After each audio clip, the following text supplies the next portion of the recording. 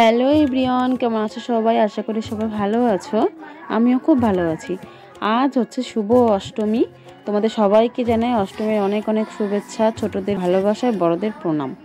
তো তোমরা অঞ্জলি দিচ্ছ তো? এখন আমি যাব অঞ্জলি দিতে, তো সে ভিডিও তোমার সাথে শেয়ার করব। তো আমি এখন রেডি হয়ে নিচ্ছি হালকা করে, একটু যে দিনের বেলার প্রচণ্ড গরম ছিল সেদিন, তো হালকা করে একটু মেকআপ করে সুন্দর করে রেডি হয়ে নিচ্ছি। তো দিদি এখানে রেডি হচ্ছিল। আর হ্যাঁ, তোমরা যদি অষ্টমীর গেট রেডি ভিডিওটা দেখতে চাও তাহলে উপরে আই বাটনে দেওয়া আছে, তোমরা চাইলে দেখে আসতে পারো।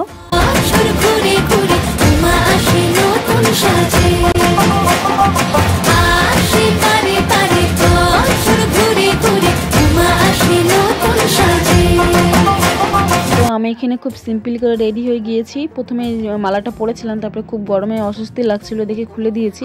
আর মণ্ডপে গেলে তো অনেক লোকের মাঝে আরও বেশি গরম লাগবে, তাই খুলে দিয়েছি। তারপরে এখানে সব ফল মিষ্টি নিয়ে এই যে এখন যাবো।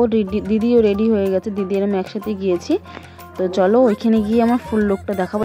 এখানে দিদির লুকটা তোমাদেরকে শেয়ার করবো। চলো, দিদি যেহেতু নতুন বিয়ে হয়েছে, ও লাল টুকটুকে করে সেজেছে, লাল ব্লাউজ লাল শাড়ি পরে। এই যে দেখো কত সুন্দর লাগছে ওকে দেখতে।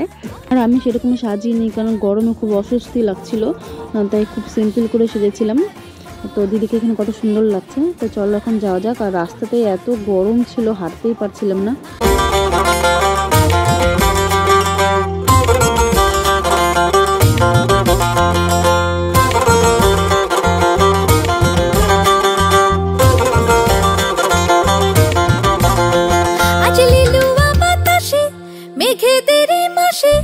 রঙিন সাজে মনের পলাশ আবেগে আভাসে, আজ লিলুয়া বাতাসে রে মেঘেদের মাসেতে, রঙিন সাজে মনের পলাশ আবেগে আভাসে রে। আগমনে শঙ্খ ধ্বনি আলপনা অঞ্জলিতে, দশভুজার আরাধনা মনেরই আঞ্চলাতে।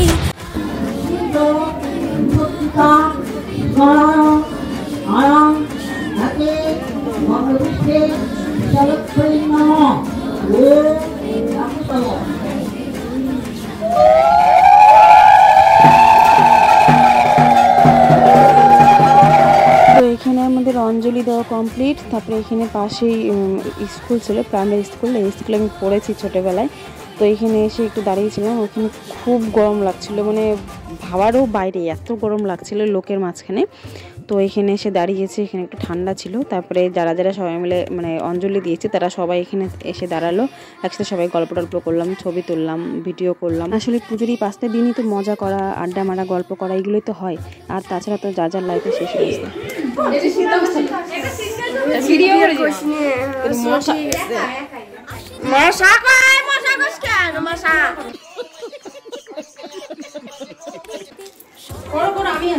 তুমি জিগরি দোস্ত ভিডিও করতেছি, বুঝিস? আমার বিয়ে যদি কোনো ছেলে টেলে থাকে নিশ্চয়ই যোগাযোগ করবেন।